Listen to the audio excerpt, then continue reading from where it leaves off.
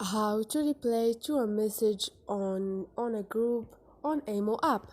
Hi guys, in this video I will show you how to reply to message in a group on Amo app, easy and quick.